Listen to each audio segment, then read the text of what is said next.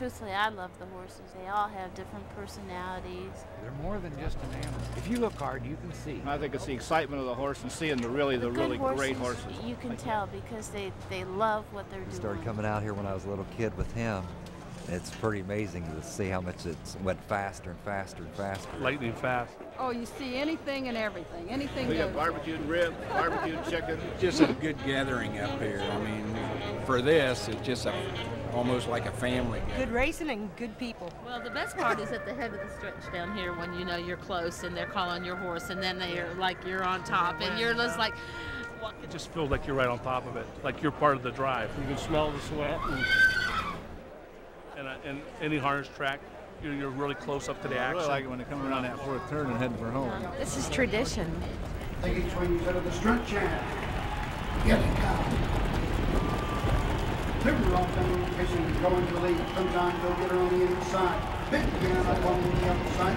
AGJ down on the road. Come on, tough guy, of course. Driven the other two sides time. As they race around the turn, going to the first gate on the outside. Big man. There's magic moving in the mist, power, grace, and wonder. Magic when they're at the gate, magic in the thunder.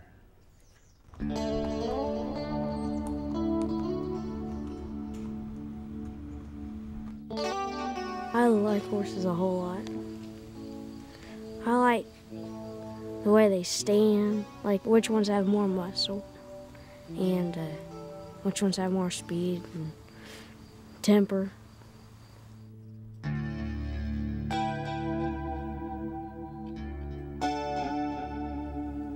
Started with my grandfather and my father, and then on to me and my sons.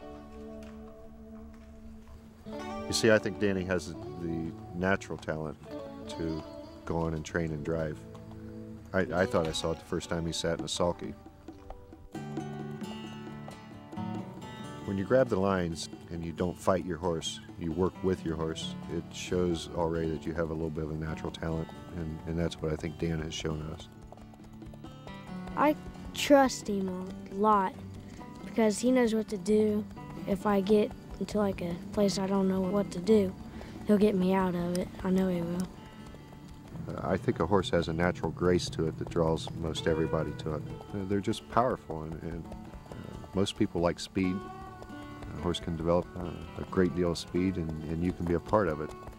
Riding them or in the sulky, it's quite a feeling. Where did it start, this love of horses, bred to race against the faiths? Where's it written that ambition won't prevail when glory waits? The roots of harness racing would trace back to a time when everybody traveled by horse and buggy, and they would race one person against another for bragging rights in their community. And it progressed from the back roads racing to a racetrack in New York City and has led to racetracks across the country. And then harness racing took off as a major sport in the 40s with the advent of the mobile starting gate, and with the advent of night harness racing, moved it to a prime evening racing and became a major sport at that time.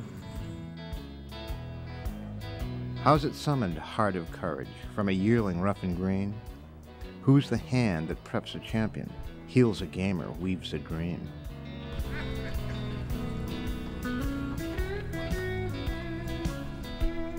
When we're starting with a young standardbred, the first thing we do is we put a harness on them and get them used to the feel of the harness. After that, we'll put a bridle on them and again get them used to the feel of the bridle. At the point where they turn right, they turn left and stop at our beck and call, that's the point where we hook them to the cart. And then bit by bit, as they get stronger, we start to increase the speed that we go at. Around January, somewhere between January 1st and January 15th, we try to hit a 3-minute mile. And then we try to drop them maybe at a rate of 5 seconds a week, if they can handle it. I have to work with my grooms and my second trainers and my blacksmith and my veterinarian, and we're all working towards one common goal, and that's to make the most fit, sound racehorse to get him to the winner's circle. and I try to suit the training method to the horse. In some cases, I may swim one. In other cases, I may tow one. And that's all part of a trainer's job, to figure out what's necessary to get the maximum performance out of a horse. They do have very unique and very individual personalities. We have one that eats pizza. We have one that drinks Coca-Cola. Most cases, you try to get into their heads and you try to figure out what it is that they're missing. And so, I mean, it's just a matter of trying to figure out what makes them tick.